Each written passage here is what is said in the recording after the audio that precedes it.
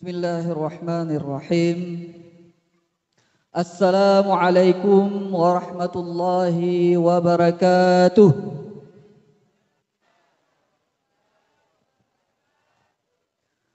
Alhamdulillahi rabbil alamin. Wassalatu wassalamu ala ashrafil anbiya'i wal mursalin wa ala alihi wa sahbihi ajma'in. Ashhadu an la ilaha illallah wahdahu la syarika lah. وأشهد أن محمدا عبده ورسوله لا نبي بعده اللهم صل وسلم على هذا النبي الكريم وعلى آله وصحبه أجمعين وبعد رب اشرح لي صدري ويسر لي أمري واحلل عقدة من لساني يفقه قولي. Alhamdulillah, puji beserta syukur selalu kita sampaikan kehadirat Allah Subhanahu wa taala. Alhamdulillah, siang menjelang sore ini dengan cuaca yang sedikit mendung, kita dapat berhadir berkumpul di rumah Allah yang mulia ini dalam rangka kita mengingat salah satu sosok yang begitu mulia yang pernah Allah ciptakan, yaitu baginda Rasul sallallahu alaihi wasallam. Selanjutnya salawat beserta salam kita sampaikan kepada junjungan kita yang mulia ini, baginda Rasul sallallahu alaihi wasallam. Mudah-mudahan kita yang hadir pada kesempatan ini memperingati, mendengar, mengingat perjalanan hidup beliau. Mudah-mudahan kita mendapatkan syafaatnya nanti pada hari akhirat kelak. Amin amin ya rabbal alamin. Bapak Ibu yang dirahmati Allah, pertama sekali yang kami muliakan, yang kami hormati Bapak Camat Kecamatan Atulintang beserta dengan seluruh jajarannya, yang kami hormati Bapak Mukim Kecamatan Atulintang, dan juga yang kami hormati seluruh Muspika Kecamatan Atulintang, dan juga yang kami hormati Bapak Babin Kaptipmas, dan juga seluruh daripada jajaran Kapolsek Kecamatan Atulintang. Dan yang kami hormati Bapak Reja dari Kampung Atulintang, yang kami hormati Bapak Imam Kampung Atulintang, yang kami hormati Bapak RKM beserta dengan seluruh jajarannya, Bapak Petua, dan juga seluruh hadirin dan hadirat yang tidak mungkin kami sebutkan satu-satu. Mudah-mudahan kita semuanya diberkahi oleh Allah Subhanahu wa taala. Bapak Ibu yang dirahmati Allah, mari kita mulai. Yang pertama, mungkin ada yang bertanya, siapa ini yang berdiri di hadapan Bapak dan Ibu semuanya? Mungkin masih asing, belum pernah melihat, atau mungkin sebagian sudah pernah berjumpa, atau mungkin pernah melihat. Saya baru beberapa bulan, atau tepatnya 1,5 tahun berada di Kecamatan Atulintang, bertugas di KUA Kecamatan Atulintang. Sebelumnya ada di Aceh Besar, baru sampai di sini, jadi mungkin masih banyak yang belum kenal. Maka alangkah lebih baiknya mungkin sedikit memperkenalkan diri, karena dari nama itu, nama saya agak unik Pak. Jarang ada nama yang sama dengan nama saya, sehingga banyak sekali itu kesalahan ketika menyebut nama, karena susah diingat namanya. Nama yang betul sesuai dengan KTP, sesuai dengan ijazah, yaitu Yermijal Firdiani. Ini agak sulit Pak untuk diingat. Makanya sering salah ketika disebutkan. Dulu sering dipanggil karena sebelum sampai di Atulintang saya bertugas sebagai guru di sebuah pesantren di Aceh Besar. Biasanya dipanggil Ustadz Yer. Yer saja, karena susah kalau disambung nanti takut salah. Kalau ketika sampai di Atulintang ini berubah menjadi Pak Yer. Jadi Bapak dan Ibu semuanya tinggal diingat saja, mau dipanggil Ustadz Yer boleh, mau dipanggil Pak Yer juga boleh. Kalau dipanggil lengkap takut salah. Baik Bapak Ibu yang dirahmati Allah, pada kesempatan yang berbahagia ini kami diminta oleh Bapak Imam Kampung Atulintang beberapa waktu yang lalu, beliau datang ke KUA minta awalnya kepada Bapak Kepala untuk mengisi ceramah maulid ini. Namun karena satu dan lain hal Bapak Kepala belum bersedia, sehingga ketika itu Bapak Kepala KUA dan juga Pak Imam sepakat ini mencoba untuk meminta kesempatan ataupun meminta kesediaan saya untuk mengisi ceramah ini. Awalnya saya berpikir, oh tidak masalah lah. Mungkin melihat jamaahnya mungkin tidak seramai ini, karena kalau kita lihat sehari-hari di jamaah yang ada di masjid itu manusianya cuma 3 batang, 5 batang. Kadang-kadang bertambah sedikit, ada satu saf itu ada pasukan bodrek dari SMP di belakang. Jadi ketika itu saya berpikir mungkin ini tidak banyak jamaahnya, jadi tidak masalah lah. Tapi rupanya hari ini luar biasa, masjid kita ini, halaman masjid kita ini dipenuhi oleh bapak-bapak dan juga ibu-ibu dari Kampung Atulintang.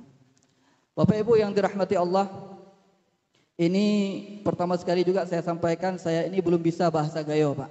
Bahasa Gayo belum bisa, bahasa Indonesia juga lancar insya Allah, tapi bahasa Jawa ini juga belum bisa. Ketika saya sampai di sini, saya minta ke salah satu daripada kawan yang juga asalnya dari Banda Aceh, kemudian sudah lebih duluan datang ke Gayo ini. Coba ajarkan saya satu kalimat bahasa Gayo biar saya mungkin kalau ada yang jumpa siapa-siapa bisa saya sebutkan. Ketika itu dia ajarkan mejen arasen, mejen gere. Saya tanya apa itu artinya? Kadang ada uang, kadang enggak ada. Kenapa itu yang diajarkan pertama? Kata kawan saya ini dulu ketika saya sampai di Gayo diajarkan juga itu kalimat pertamanya. Mejen arasen, mejen gere katanya.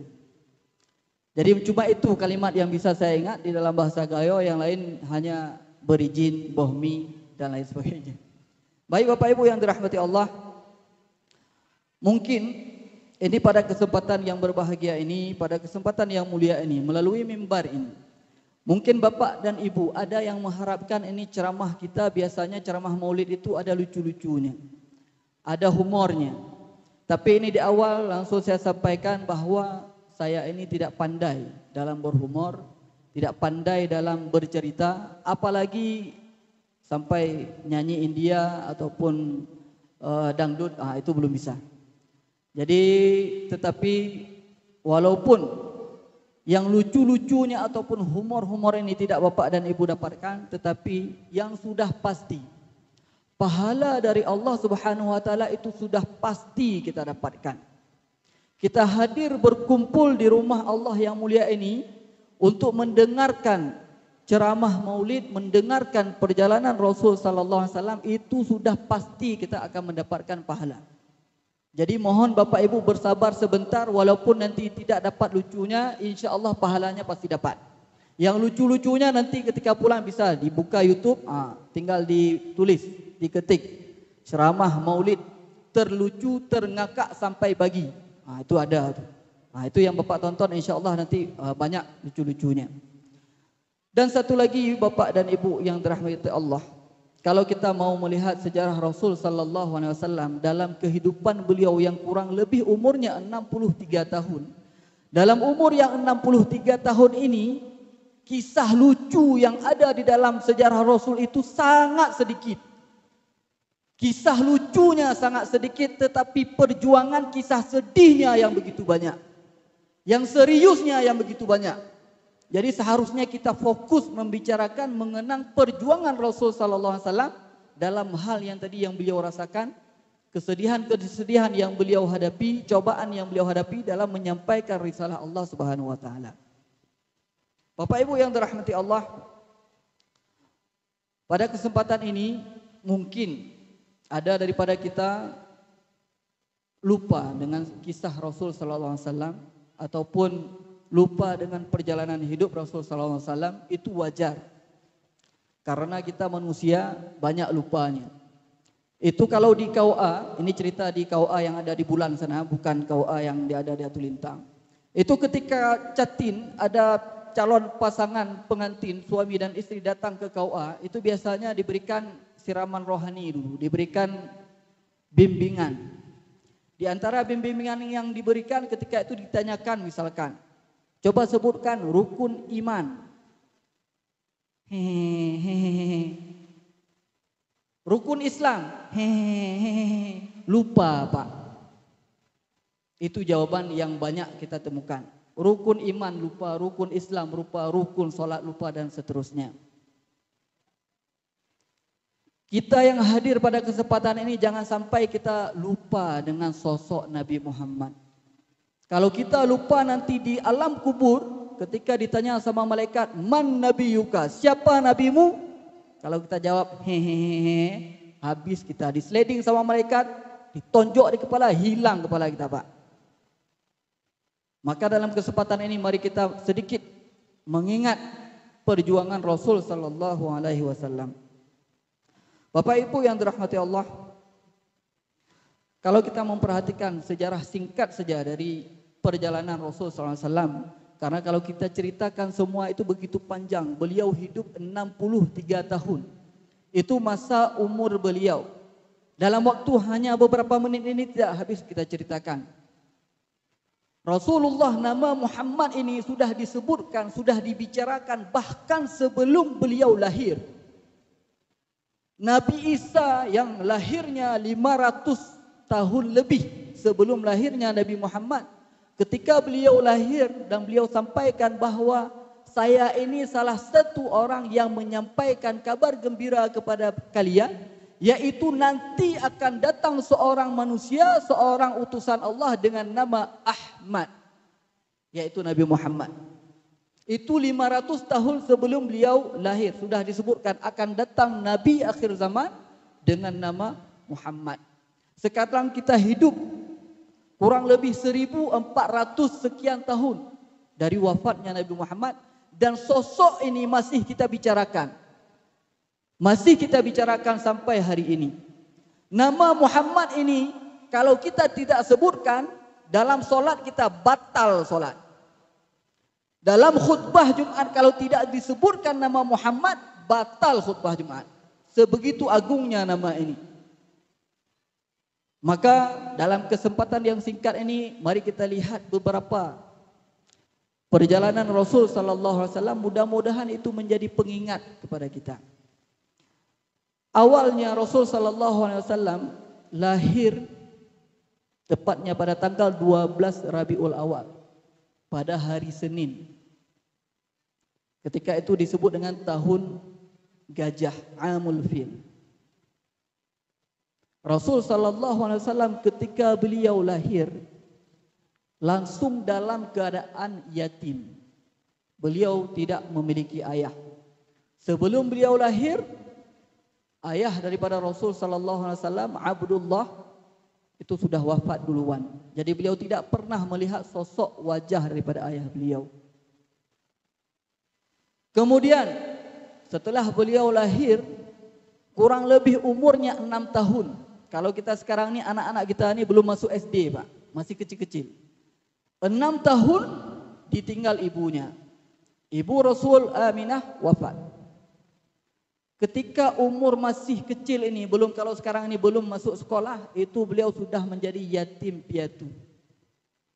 Siapa di antara kita yang hari ini seperti kisah Rasul, lahir tanpa pernah melihat wajah ayah, kemudian ketika kecil langsung ditinggal ibu?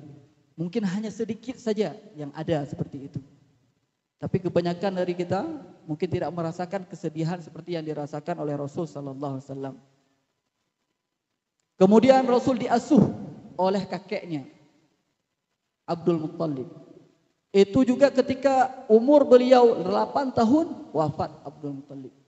Kemudian diasuhlah oleh paman beliau yang bernama Abu Talib sampai beliau dewasa. Bapak Ibu yang dirahmati Allah, Rasul sallallahu alaihi wasallam sejak kecil beliau sudah mendapatkan berbagai macam cobaan. Ketika beliau remaja, itu juga beliau sudah aktif ikut di dalam berbagai kegiatan yang ada di Mekah ketika itu.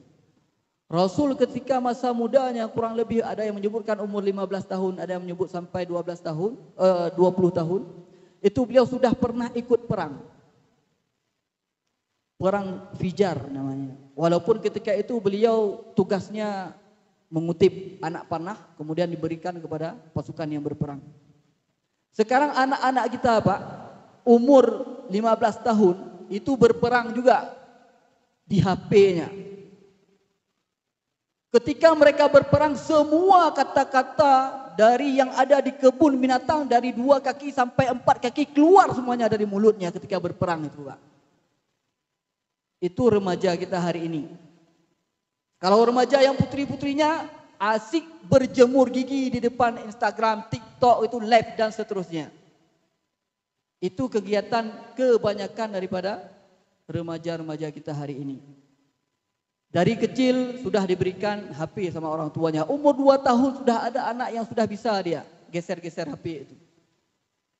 Bayangkan apa yang mereka tonton. Ini yang namanya internet itu ada algoritma. Apa yang ditonton, apa yang dilihat oleh orang dewasa, itu dia akan muncul ketika HP itu ataupun penggunanya berbeda.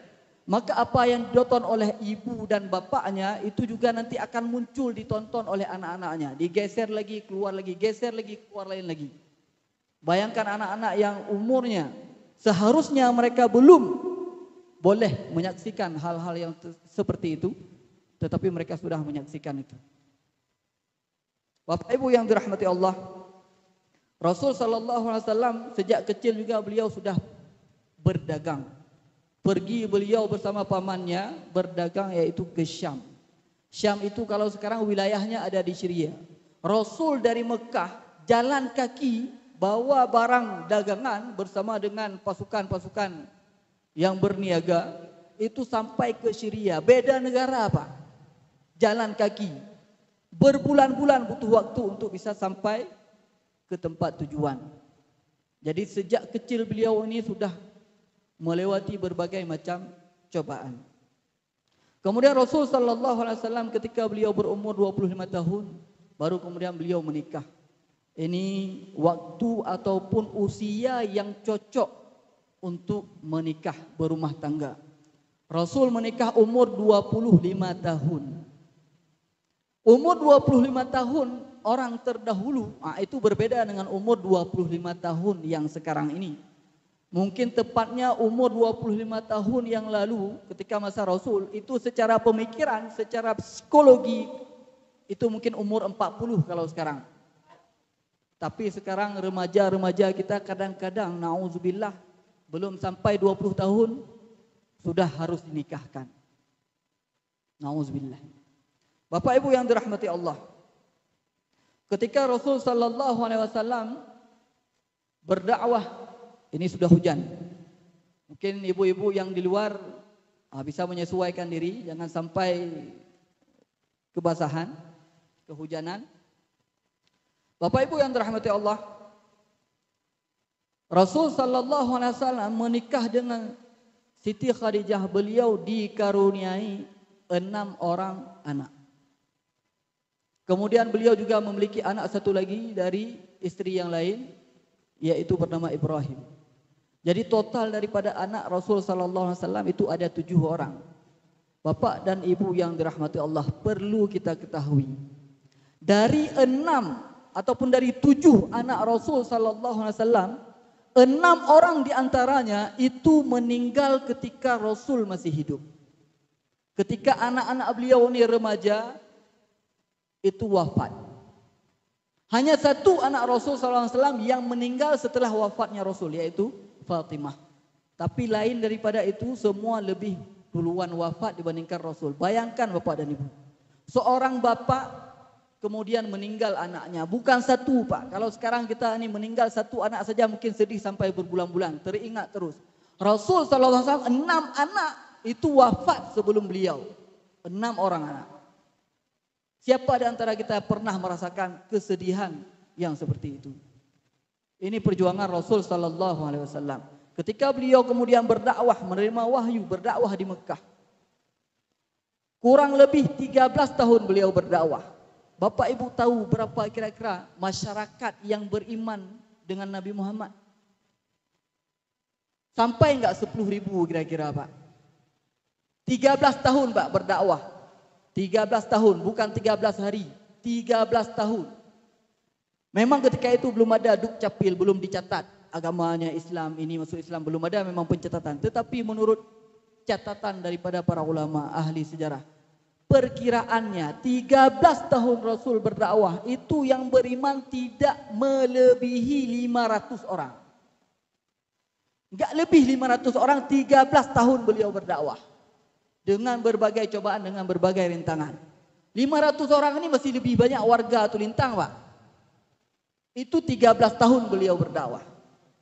Bayangkan seperti apa perjuangan Rasul SAW sampai kemudian akhirnya beliau hijrah. Diperintahkan oleh Allah hijrah ke Madinah, baru kemudian di Madinah selama 10 tahun berdakwah, umat Islam berkembang dengan begitu cepat. Hingga hari ini kita mendapatkan dan menerima ajaran daripada Rasul SAW.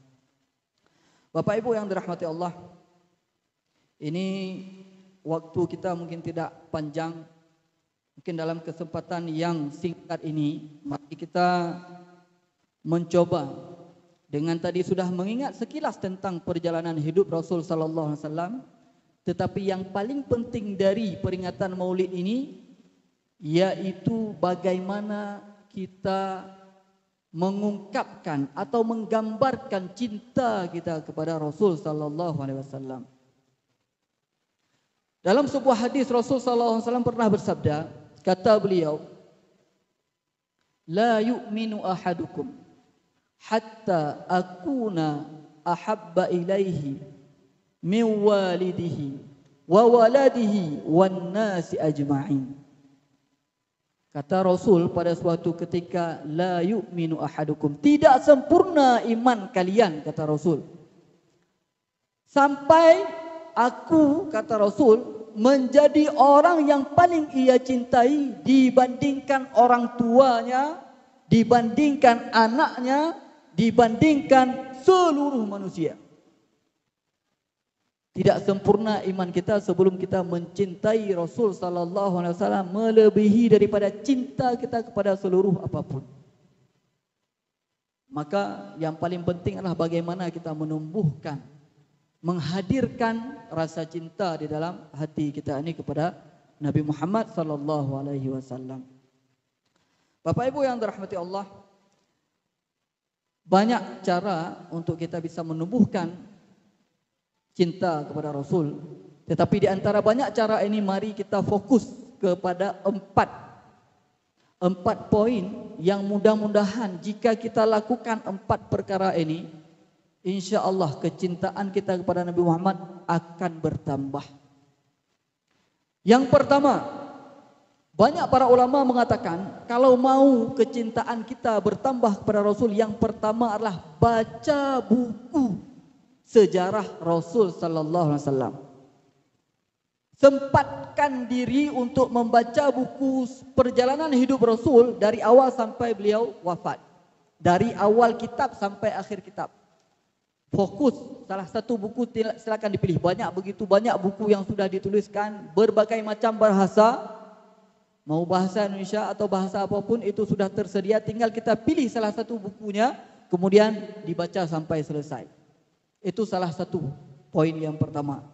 Jika mungkin sekarang ada di antara kita sudah mungkin untuk membaca sulit, mudah sekarang ini dengan adanya internet, adanya YouTube dan lain sebagainya, tinggal kita cari itu di YouTube. Bisa kita nonton kajian-kajian, ceramah-ceramah tentang perjalanan hidup Rasul sallallahu alaihi wasallam. Ini cara yang pertama dan ini cara yang paling efektif. Artinya kalau kita sekarang ini mau menyebutkan, mau cinta kepada seseorang, kalau kita tidak kenal orang itu, enggak mungkin cinta itu ada. Tidak mungkin kita akan mencintai seseorang jika kita tidak tahu siapa orangnya. Seperti apa sepak terjangnya, seperti apa sejarahnya. Kalau misalkan bapak dan ibu mungkin nonton film Korea, nonton sinetron dan lain sebagainya, itu mungkin kenal dengan sosok-sosok yang ada di televisi itu, muncul cintanya. Kenapa muncul cintanya? Karena sudah tahu siapa orangnya, senang dengan perilakunya sehingga timbul rasa cinta kepada orang tersebut.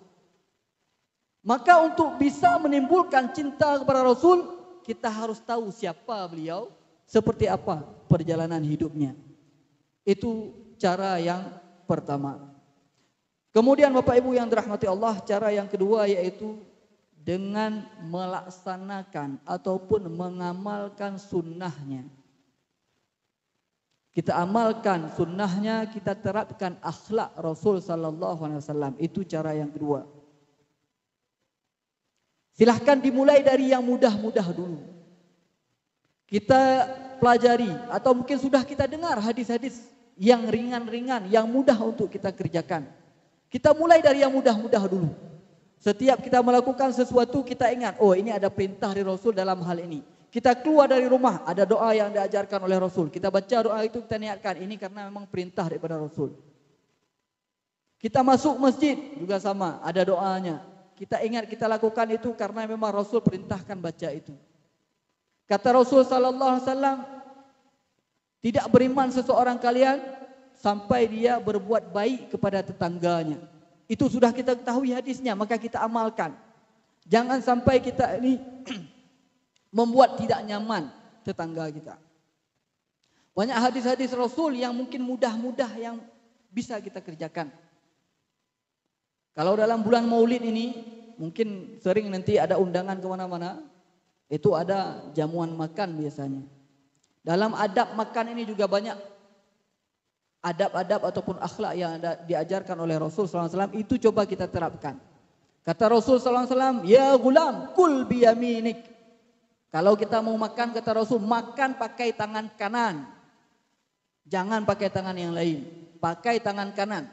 Maka kita coba, ketika makan, ambil sesuatu, kita niatkan ini saya lakukan karena memang perintah Rasul makan pakai tangan kanan. Minum pakai tangan kanan. Kul biyaminik wa kul mimma yalik. Ini biasanya kalau dalam jamuan, itu dihidangkan berbagai macam jamuan. Mungkin ada kue ataupun ada makanan yang enak menurut pandangan kita, itu posisinya jauh dari hadapan kita. Maka kata Rasul, enggak perlu kita pantau yang jauh itu, makan yang ada di hadapan saja. Jangan yang jauh-jauh itu kita lirik, tapi yang ada di hadapan kita itu yang kita makan. Itu adab yang diajarkan oleh Rasul SAW. Begitu juga banyak hadis yang lain yang semua mungkin kita tahu, an-nadhafatu minal iman. Ini yang sangat sulit ini diterapkan. Bapak Ibu yang dirahmati Allah, ini kebetulan ada Bapak Camat juga di sini. Mungkin beliau punya power, punya kekuatan. Kalau kita naik itu dari Takengon menuju ke Atulintang, itu di daerah gunung sana, di Jejem itu. Itu ketika dibersihkan, dipotong rumputnya, muncullah, keluarlah makhluk hidup berwarna biru-biru. Plastik, pampers, sampah dan seterusnya. Ini coba diperhatikan. Sedangkan kita sudah tahu hadis dari Rasul, an-nadhafatu minal iman. Kebersihan itu bagian daripada iman. Ini kalau kita cek siapa orangnya, kalau saran saya nih Pak Camat, itu ditangkap orangnya, dilipat-lipat, dimasukkan dalam plastik. Dicatat itu tuh, sampah organik masih hidup, lempar ke tempat sampah. Itu cocok coba diterapkan Pak. Kalau enggak ada cara. Yang lainnya kata Rasul sallallahu alaihi wasallam, ada sahabat yang datang kepada Rasul, kemudian sampai berita sahabat ini ketika berwudu dia banyak menggunakan air. Banyak habis air ketika berwudu. Ditegur oleh Rasulullah SAW bahwa tidak boleh mubazir ketika wudu. Sahabat ini heran, wudu itu ada mubazir juga? Ada, kata Rasul, walaupun di sungai yang mengalir. Jangankan di air keran itu Pak, di sungai saja tidak boleh kita mubazir berwudu. Gunakan air secukupnya, walaupun di sungai sekalipun. Ini kita Pak di tempat wudu kita ini, kadang-kadang itu dibuka kerannya full, penuh. Airnya terbang begitu kencang, kalau ada orang yang wudu 10 meter di sampingnya basah juga. Itu kadang-kadang anak-anak kita juga demikian. Entah permainan apa yang mereka lakukan. Setelah wudu dengan air yang begitu besar, kemudian mereka sama-sama lari, lari. Ditinggal keran itu terbuka. Entah jenis permainan apa ini. Entah di buku apa mereka dapatkan permainan yang seperti ini. Dibuka keran begitu besar, kemudian mereka tinggalkan keran itu terbuka dan airnya terus keluar. Ini mubazir. Mubazir. Kata Allah dalam Al-Quran, innal mubazirina kanu ikhwana syayatin. Kawan syaitan yang tadi itu. Kalau mungkin kadang-kadang ada jamuan, ada kenduri, ada walimah dan lain sebagainya. Itu kadang-kadang kopi disediakan begitu banyak. Diminum hanya sedikit saja, kemudian tinggal. Lebih setengah gelas tinggal. Itu di situ sudah mubazir. Airnya mubazir, kopinya mubazir, gulanya mubazir. Ini di antara pesan-pesan yang disampaikan oleh Rasul, mudah-mudahan bisa kita amalkan, bisa kita terapkan. Bapak Ibu yang dirahmati Allah, ini waktunya sudah mepet. Mungkin saya tutup salah satu kisah yang dialami oleh para sahabat. Ada seorang sahabat. Sahabat ini masih muda. Nama beliau Rabi'ah bin Ka'ab. Kisah beliau ini seorang sahabat yang miskin, enggak punya apa-apa, enggak punya rumah. Ketika itu ada sahabat-sahabat yang memang enggak punya keluarga, enggak punya rumah, mereka tinggal di Masjid Nabawi, tidur di masjid. Itu rumah mereka. Ini sahabat ini disebut dengan Ahlus Suffah. Termasuk sahabat ini, Rabi'ah ini. Beliau ini Rabi'ah ini sehari-hari beliau membantu Rasul, menyiapkan air wudu untuk Rasul, membantu kebutuhan Rasul yang lainnya sampai pada suatu ketika Rasul sallallahu alaihi wasallam melihat sahabat ini kasihan. Kemudian dipanggillah sahabat ini, kemudian Rasul sampaikan, "Ya Rabi'ah, wahai Rabi'ah, salni," kata Rasul. "Tanya ataupun mintalah sesuatu padaku, u'tika, aku beri," kata Rasul. Minta sesuatu aku beri. Maka sahabat ini yakin, ini kalau Rasul yang mengatakan, pasti Rasul akan berikan. Enggak mungkin Rasul itu mengingkari janjinya. Maka sahabat ini berpikir, apa yang akan saya minta? Saya ini miskin, rumah tidak ada, pakaian enggak ada, istri juga belum ada ketika itu. Maka beliau berpikir, apa ini jawaban yang cocok? Apa permintaan yang cocok? Ketika itu beliau ini, Rabi'ah ini pandai. Minta waktu sama Rasul. Wahai Rasul, saya minta waktu. Enggak saya sebutkan permintaannya sekarang. Minta waktu dulu untuk berpikir apa permintaan yang cocok. Ketika beliau pulang, di hari berikutnya baru beliau datang menjumpai Rasul. Wahai Rabi'ah, apa permintaanmu? Kata Rabi'ah sahabat ini, saya meminta wahai Rasul, agar engkau mendoakanku supaya aku menjadi temanmu di surga. Itu permintaan beliau. Bukan yang di dunia ini, tetapi yang di akhirat beliau minta. Ya Rasul, doakan aku supaya aku bersamamu di surga. Aku menjadi pembantumu di surga. Itu permintaan beliau. Rasul heran. Ini permintaan yang berat. Minta jadi kawan Rasul di surga. Berat. Ini sahabat Rasul. Beliau mencintainya. Tetap ini permintaan yang berat. Kemudian Rasul tawarkan. Wahai Rabi'ah, ada agak permintaan yang lain? Jangan yang itu, yang lain aja ada.